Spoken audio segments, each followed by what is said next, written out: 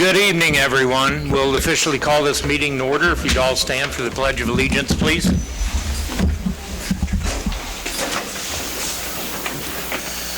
I pledge allegiance to the flag of the United States of America and to the republic for which it stands, one nation.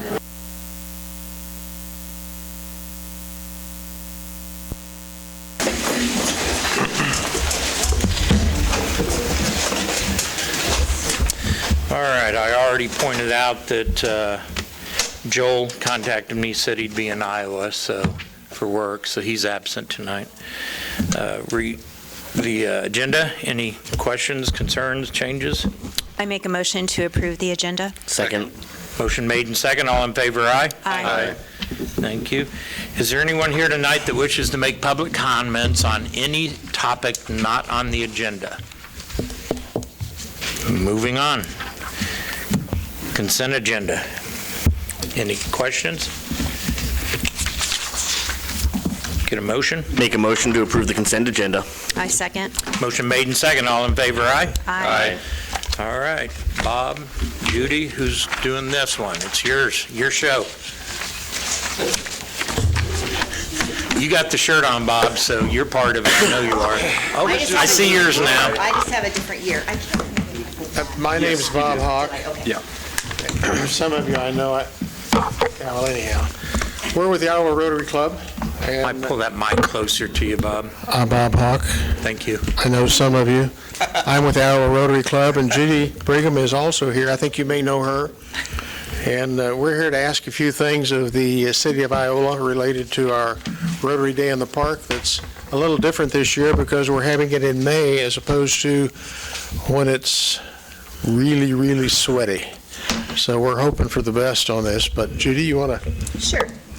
Okay, so hopefully you got your packet and the things that are required of us so that we can have the barbecue contest is that we do need to have overnight stays, and I know those are normally not allowed. You've always been gracious and allowed us to do that.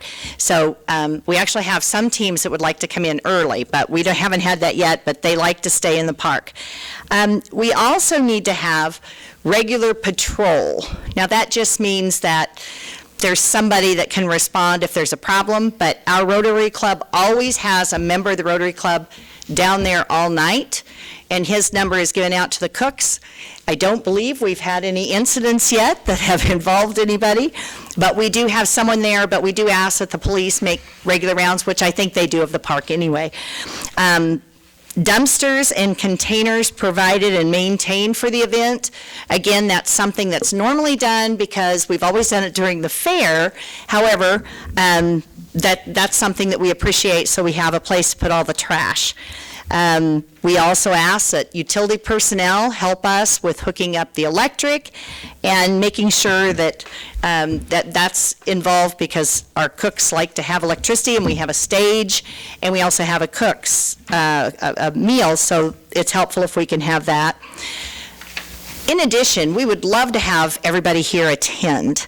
The cooking teams start coming in on Friday. They'd like to come in on Thursday sometimes, but on Friday. And we would invite you, if you want to come down Friday, they're always set up. They're a great group of guys and girls. We had an all-girls team last year, but they do enjoy what the city has to offer. We could not put this on as a Rotary Club if we didn't have the city's help. And so they enjoy the grass, they enjoy the trees. Sometimes these cooks are on concrete with no shade, so they really appreciate it. We also have the showers open so that when they get through cooking, they can go take showers. They always appreciate that. It's too early this year for them to have swim passes, so we won't be asking for those this year, and hopefully nobody gets in the pool since it's going to be on May 17th and 18th. But we need the facilities available. We need this room is our judging room. And so it's very important we also stage everything from this room and have the cooks' meals. We feed them tacos because they certainly don't want barbecue, so we feed them tacos here in the evening. Steve, I would invite you if you'd like to come down on Friday evening and welcome them. That's always an opportunity for you. On Saturday, then we'll serve them breakfast, and then the doors are locked. Everything gets shut down. The judges come in. It's kind of an impressive event. I had no idea what we were getting into when we did this, but the cooks bring in the styrofoam containers. Those are switched, different numbers put on. They can't get in the doors. Nobody knows what it is. The judges are kept back here, and normally it's quiet enough you could hear a pin drop because they're really focused on that. We've had a few celebrity judges, and they've always been impressed. Sheriff Murphy, one time, we didn't have enough, we had a judge that wasn't able to make it, and he stepped in, and after he got through, he came up to me and he said, "Why have you never asked me to do this before?"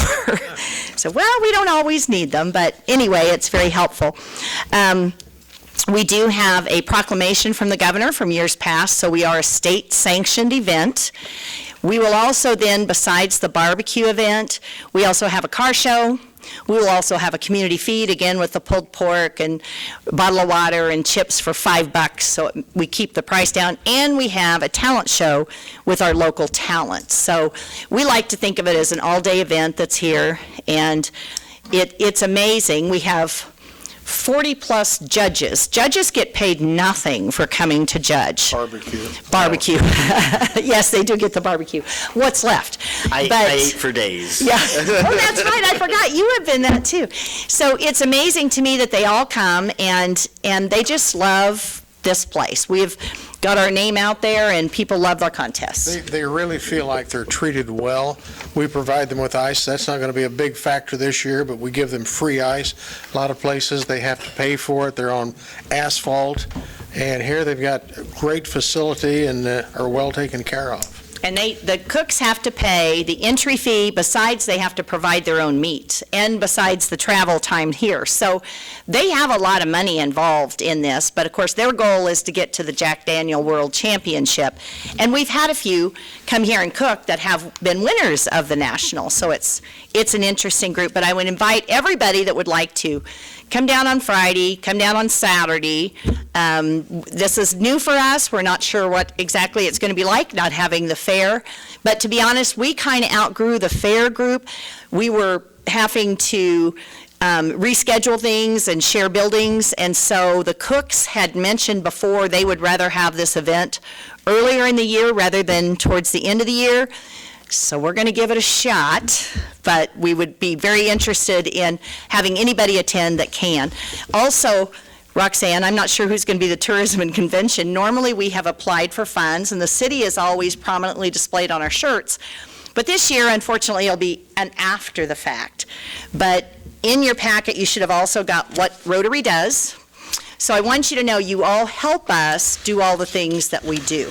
So you have been a part of all the projects, the school bell, the library, the benches, the clock, all the things we do here. We do the Dolly Parton Imagination Library. All of those things are possible because we use the funding from this to do that, and you're all a big part of that, so we appreciate it. The Iola Rotary Club has been very involved internationally, and as part of that, on Wednesday, we will have 5 visitors from the country of Chile coming to visit us. They will spend the night here. Unfortunately, we can only work out one, but they will attend our meeting and then move on to Nevada, Missouri from there.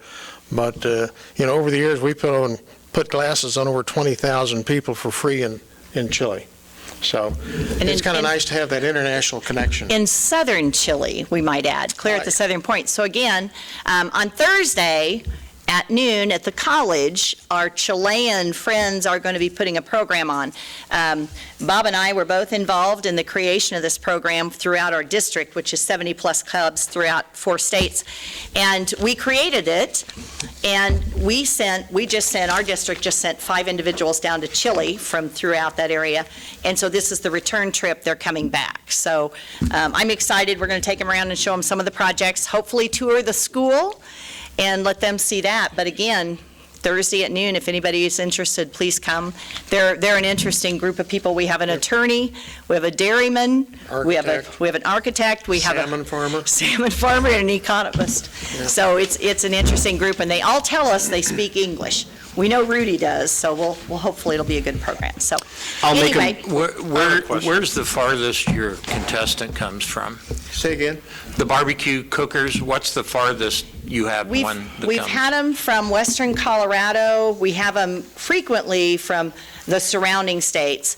We had one from, I think it was Oregon. He had family back here, so he came back and cooked from Oregon. Pretty good draw. One or two from North Texas. We get Oklahoma. Oh, yeah. Raytown, Missouri, Topeka. So they Overland travel Park. quite a distance to get Yeah, here. a fair amount. I mean, Good deal. they've got some expenses involved between the entry fee plus the meat plus the travel.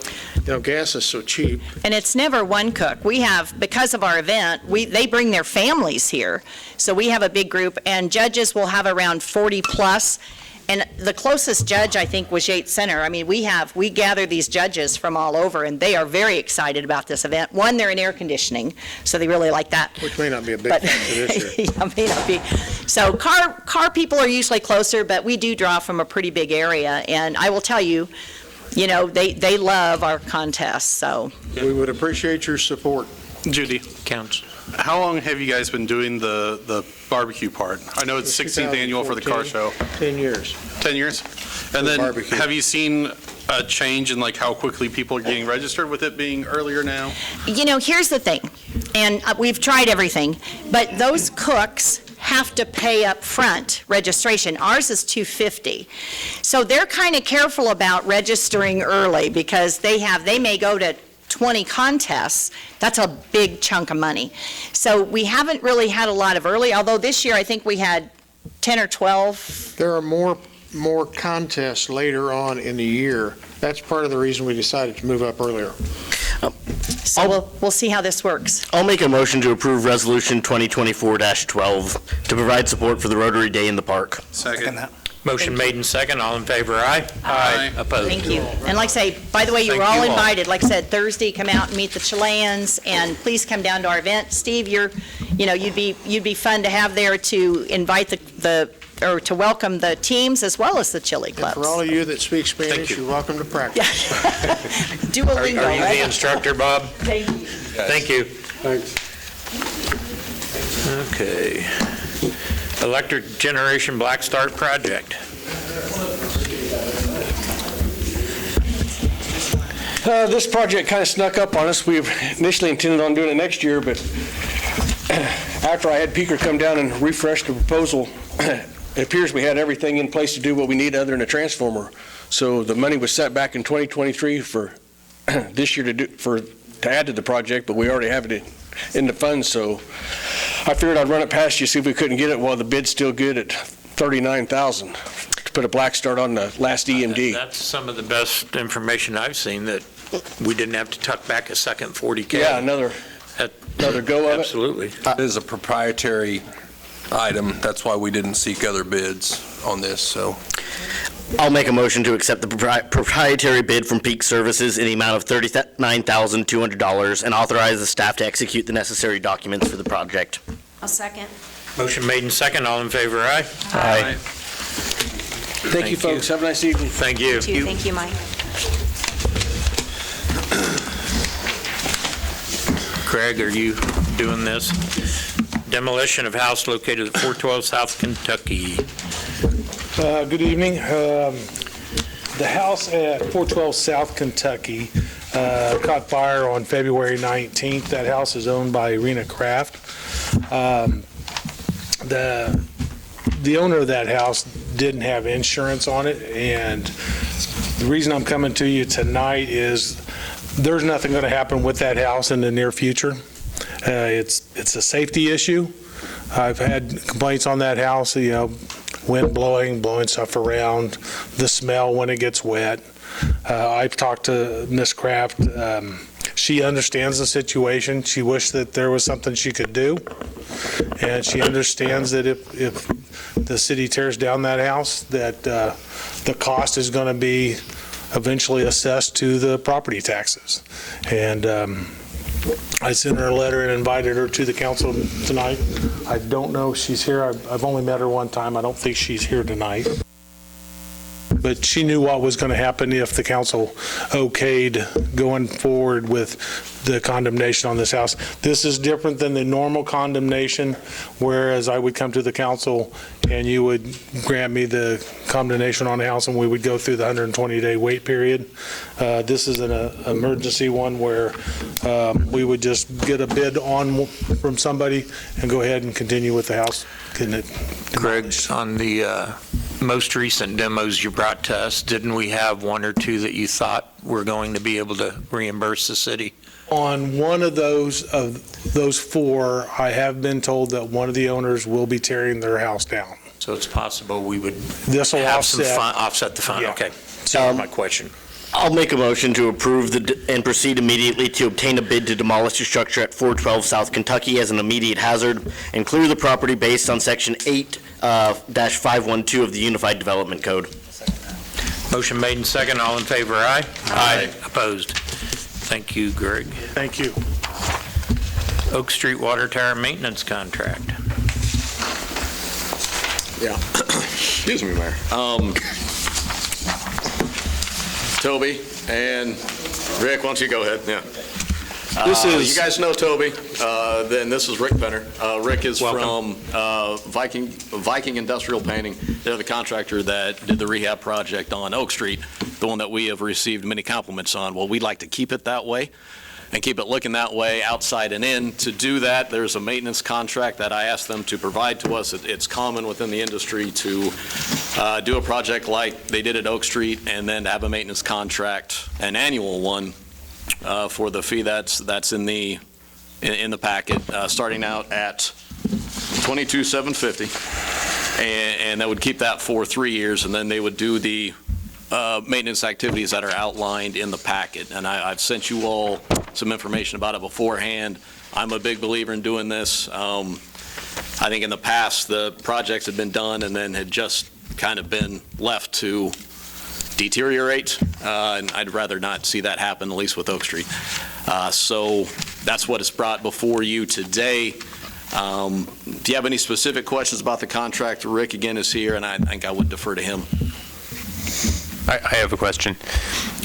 One of these items is all costs associated with the biennial washout and disinfection of the tank. Are we doing that currently? That'd be a question for you, Toby.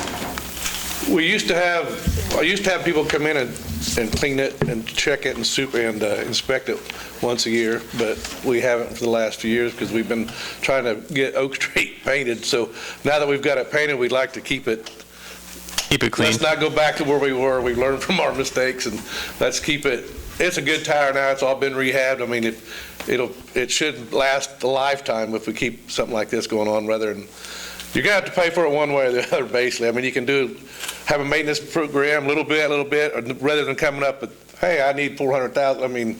Well, I'm just curious of like how important is the disinfection if we've never done that on the tank? Oh, there's chlorinated water in them all the time. We check chlorine in them. Okay. So that part's good, yeah. Okay. That kind of struck out to me. Yeah, no, it reminded me of like digging up a well and finding the cat bones in the bottom of the well sort of thing, but. No, after they go ahead and clean everything, they have to super chlorinate and disinfect it, so that way, that's what they're talking about. Gotcha. All right, thank you. You bet. And through the contract, it would be on a regular basis, and there would be regular yearly inspections that you get. I mean, you'll get a report every year so you know what the condition of your tank is, so you're not falling behind. I mean, it's just managing the asset. So we would notice broken rafters that are no longer welded sooner than later.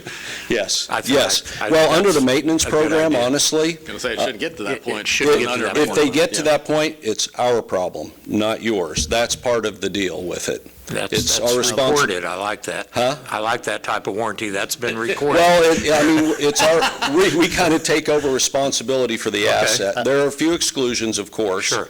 But for the most part, it's up to us to keep it up and for us to keep you informed.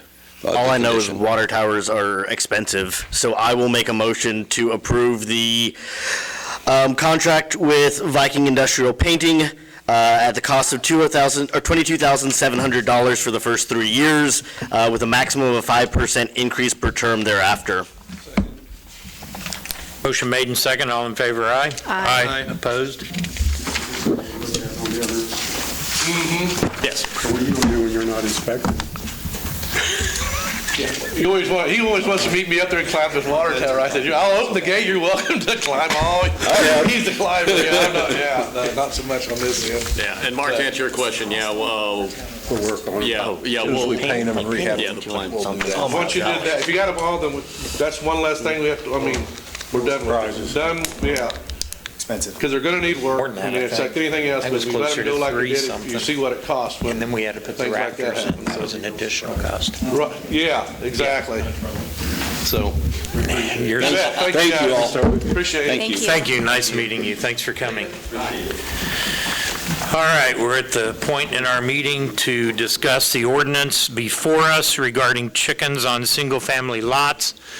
Unlike the last month, where we've had a couple meetings where we let the public come and speak, we allowed debate, we allowed discussion, and we closed those discussions 2 weeks ago at the meeting. So tonight, we will continue the city council discussion, and you have before you the proposed ordinance that we asked. Discussion.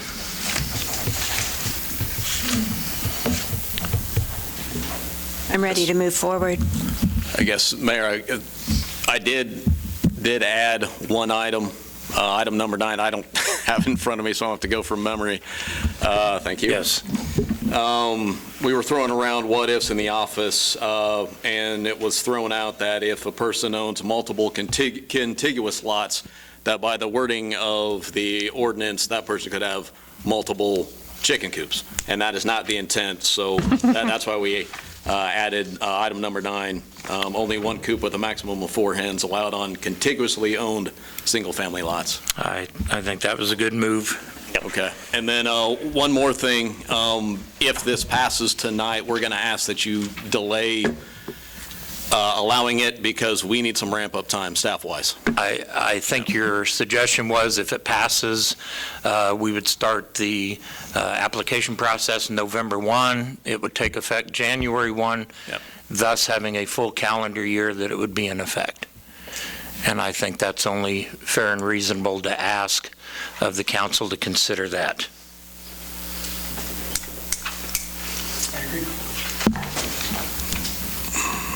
Motion if we're moving forward, one way or the other. I'll make a motion that we adopt ordinance 3527, chickens on single-family lots, to take effect November 1. January 1. January 1. And let's, if we get a second, let's do this by show of hands. I'll give a second on that. We have a motion and a second, show of hands in favor.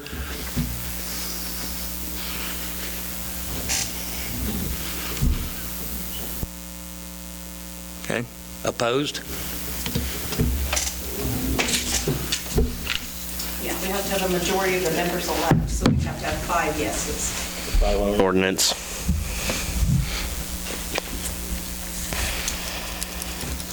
Okay.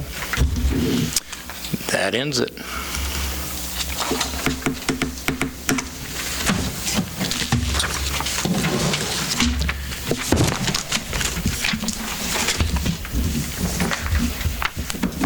Roundtable discussion, Davis Edition lots. Yeah, and Mayor, I will refer you to the map that is in your packets. All right, Corey, jump in. It's the lots with the number 5 circled on them. Yeah, so Yeah, Iola Industries asked me to ask you all the interest in selling Not that those, small, deeding those, Josiah. whatever it is we decide to do. What? Josiah's squinting to see it. So if you look in the upper left-hand corner. This piece, right? Yeah. Yeah. I just can't see the circle, so that's my bad. There's 2 5s. The one with the 2 lots, the 2 blue lots up in Two that the, are shaded. on the far left-hand side of your map, John. Yeah. Those are the 2 that were bought during the flood buyout. And then the ones to the left, which are what, 4 lots or 4.5 lots, plus the vacated roadway, is the lots in question. The ones to the north are the ones you guys rezoned last meeting for Iola Industries, which kind of goes along with this. the caveat is the blue lots, we can't sell. We can't do anything with them other than parking, no vertical structures. So they could use it for test plots eventually. We basically just mow these at this point. Correct. It's And we've green only space. just mowed them. My only question is about when we get rid of city property. I mean, they're not valued very high, so I don't mind it, but is that fine if we just deed them over? And I would And like, we- yeah, we can- and I would like to suggest the same thing, because we do partner with Iola Industries on getting businesses here, and Columbia's gotten a sweet deal for quite a while, and these lots really are priceless to us, so I'd like to give back if the city is allowed by, like he said, deeding them. Or $1, whatever. I just want to make sure we're only, Just the lots that aren't the flood buyout lots. It'd be the west four. They'd have to sign up for a garden agreement if they want to use the other 2 lots, which honestly, that would be fine with us too. They'd maintain them just like, they just can't do anything vertical on them. They'd have to, they could drive on them, park on them, but nothing else. probably need a motion. Yes, say if you all feel comfortable, you can make a motion to do a quick claim deed. I would make a motion to do a quick claim deed and sell these lots 1 and 2 of the block FEMA lots. I don't have a whole good description It's here. not lots 1 and 2. Yeah, hold on, John. Shaded in blue, lots. They can't be the ones shaded in blue. Lots It's the 3 ones that and aren't shaded. 6. Yeah, 3 through 6. Let's try that again. I would make a motion to sell lots 3 through 6 for $1 to Iola Industries in a quick deed. Motion made and second. All in favor, aye? Aye. Opposed? Thank you. Riverside Park Sports Facility. Matt? Yeah, I will just continue on here. In August of last year, the mayor formed a committee to discuss some of the facilities, our recreation facilities right here in Riverside Park. And we had 2 committee meetings in August and September of last year. And then after the second committee meeting, it was determined to have the school district and the city meet together to discuss renovations of fields number 2 and 3. That's the softball field and the baseball field that is used by the school district. School district has had some strategic planning, and in it, they had talked about having some facility renovations, and these were too high on their list. So we've had some informal meetings since September of last year, some informal communication between, I've talked to them, Corey's talked to them, they've had the mayor involved.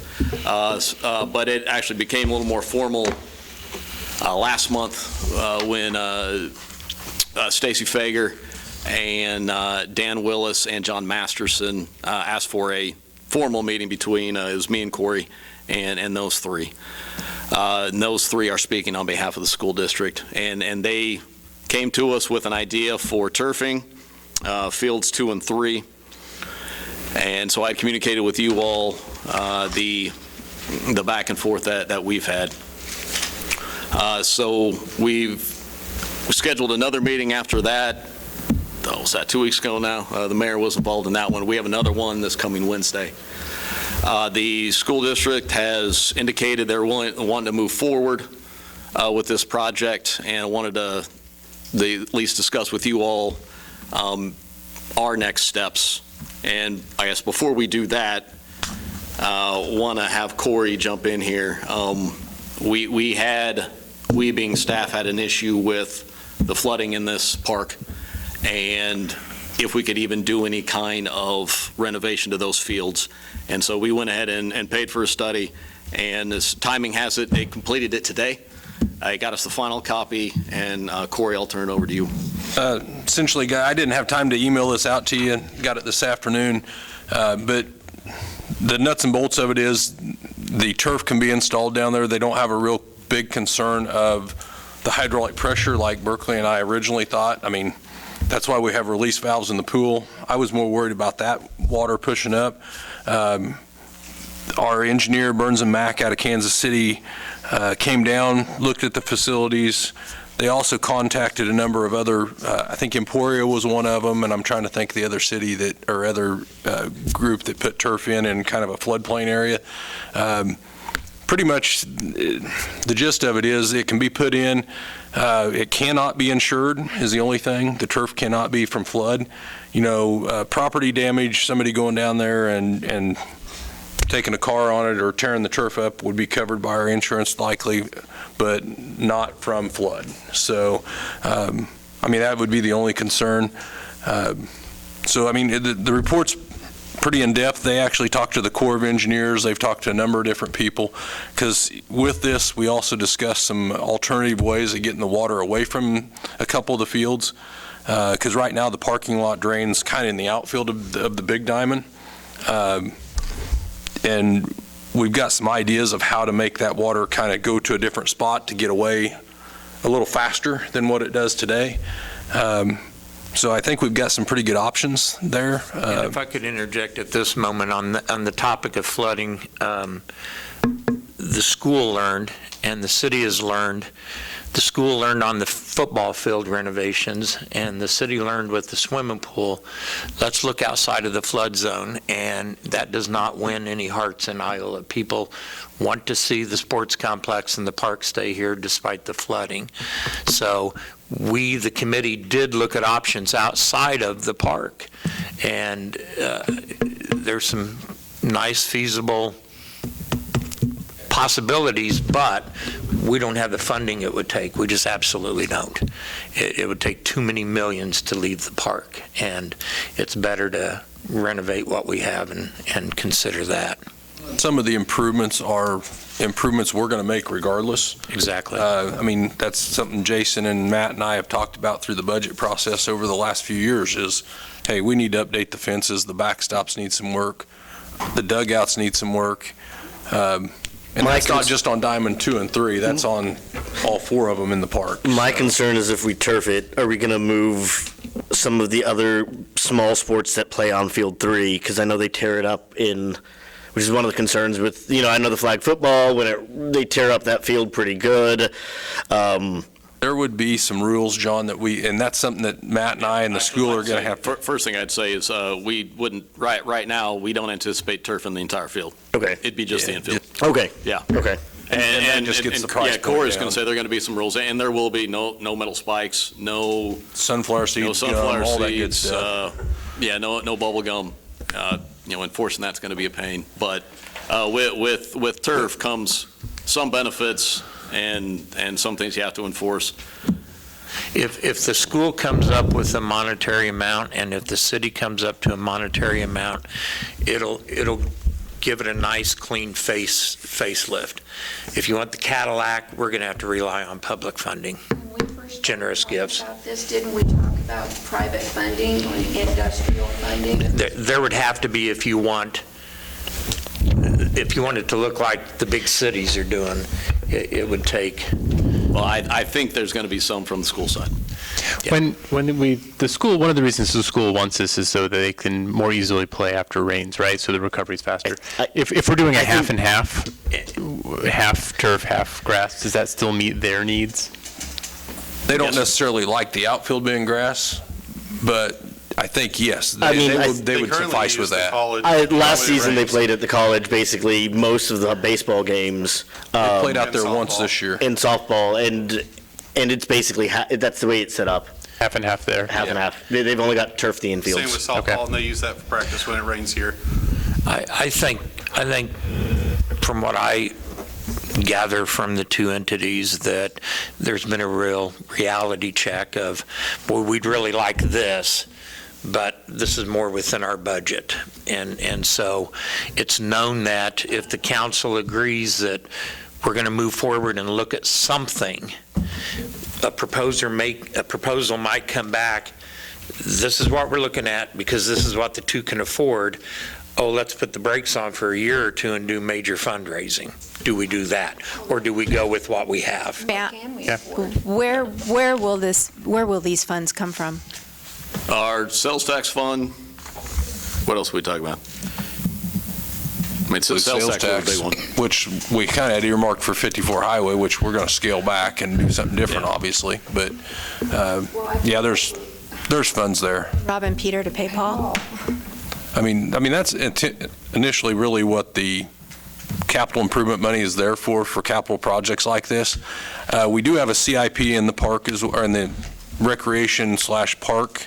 It doesn't have a lot of money in it, but, I mean, that's what we were trying to build that up to do things down here at the I mean, park. we've never really funded the parks. Right. I mean, and they're never really supposed to support themselves.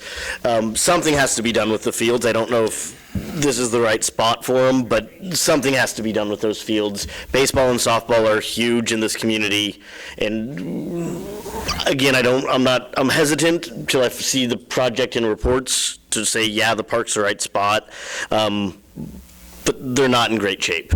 So would this put us in contingency for the traveling teams to come to Iola then, rather than Iola happen to go?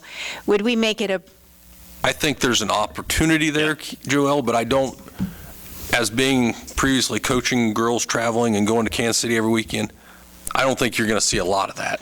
I think maybe some of the baseball teams will get some of that going, but I can tell you, I tried back when I coached, and you can't get those city teams to come down.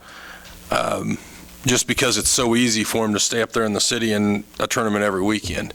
But I do think there's opportunities, and we can use it for rec ball. I think there's some opportunities there too, that Diamond 3, it doesn't really get used for any rec ball now. Maybe we put plugs in the ground in the outfield to put temporary fence up to shorten it up for those Little League games or the boys' games. And put them on that big field, which frees up the other field for some things as well. But it could potentially be appealing. Oh, yeah.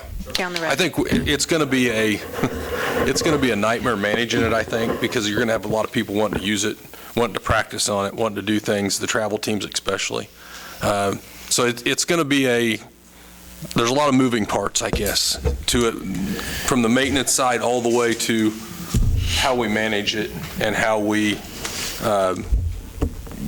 put people on it and let them use it. And I'd like to remind the council that for 10 years, a large portion of that sales tax fund went to help the hospital. That 10 years has ended. So we now have that full amount, tax dollars collected, a year, 2 years now? Has that been over? Yeah, it was around 300,000, but that was not what the tax was originally passed for. It was passed for capital projects. It was supposed to be so bad. And It is. We needed to fix it, and now all of a sudden, we're going to scale it back and use the money for something else. We don't get that. Unfortunately, with the Highway 54, we're going to have to scale it back because we can't come up with 23 million to. Well, and we can give you a preview on that. We're in contention for some state money that could really cut down what we're talking about. But we need funding for our sports fields too, so, Is anybody going to approach private investors or industry? we're talking about it now. We're putting the word out there. Yeah, and today was just an update of what's gone on since August of last year.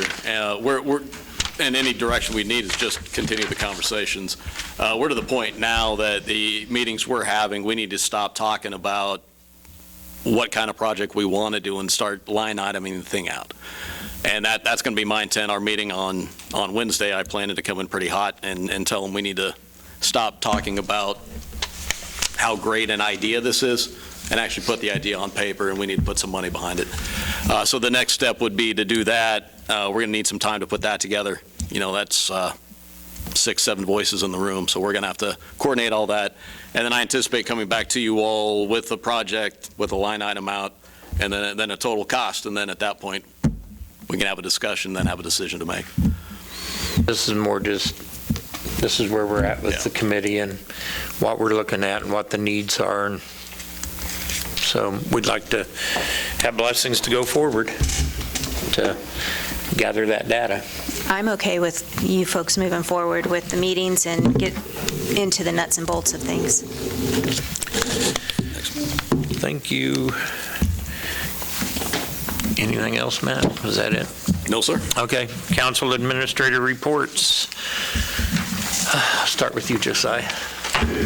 All right, so this weekend, the college has paired up with the Iola Community Theater to put on Harvey. We have college students and community members fulfilling parts both as actors and within the crew. And I believe it's Thursday, Friday, Saturday. I'm not exactly sure on the times, but it is at the Bolus Center. So this is a great partnership. I think in the past we've done work with the college, and then that went on hiatus for a little bit, but it's back. And from what I understand, everybody who's participating from the community is having a really good time, and the college is also really enjoying them as part of it.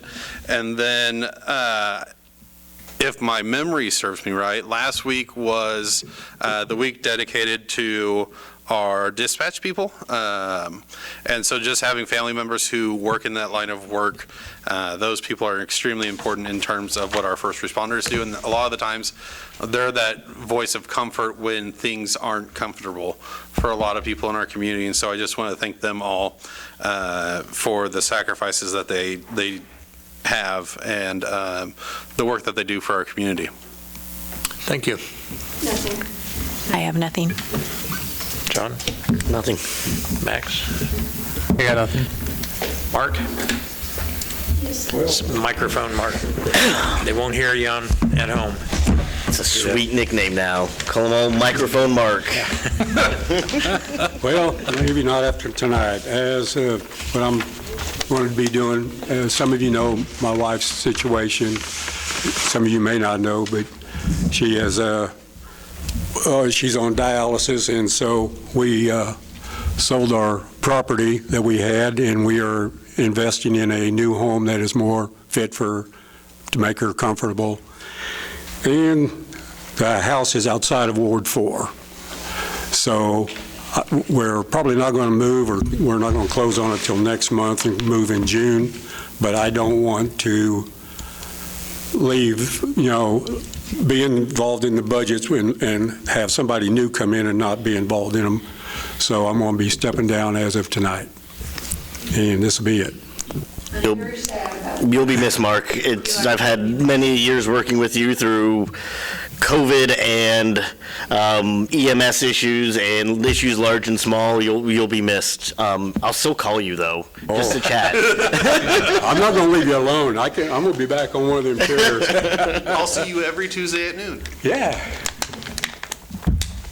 But thank you. It's been an adventure. Thank you for your service, Mark. Thank you, Mark, for everything. You kind of been the reliable money number guy, so that will be missed. Yeah, thank you. Corey, anything for us? Just a quick update on Cedarbrook. Was up there this morning. They've got all the main line poured, and I think if they could get concrete, they probably poured that little spur up into Strickler Drive. They'll start focusing on curbing here pretty quick, and that should go in pretty fast. And so things are moving along with our project. So hopefully we can get the housing people in there as soon as, I haven't heard anything out of Jennifer, so I'm assuming she's just kind of waiting until we get things kind of wrapped up there. But it's getting closer. Good. Sounds good. Is that it? Yes, sir. Matt? Nothing for me. Roxanne? And we'll need something written if you don't mind. The only thing I have is I noticed tonight there was a feed on Facebook that the Hooked on Fishing, Not on Drugs was moved to June 1 due to Iola High School graduation on May 11th due to the conflict. So make sure we take note of that change for Hoffnot. Mayor French, with Mark stepping down, would you like us to do like we've done in the past and basically put it on Facebook or advertise for people in Ward 4 to come in and apply to the mayor? CV application, apply, submit your interest, and I just thought about that. make sure you give the territory so that they know Ward 4. Thanks for that, Corey. Make a motion to adjourn. Second. Motion made second. All in favor, aye? Aye. Opposed? Thanks, everyone.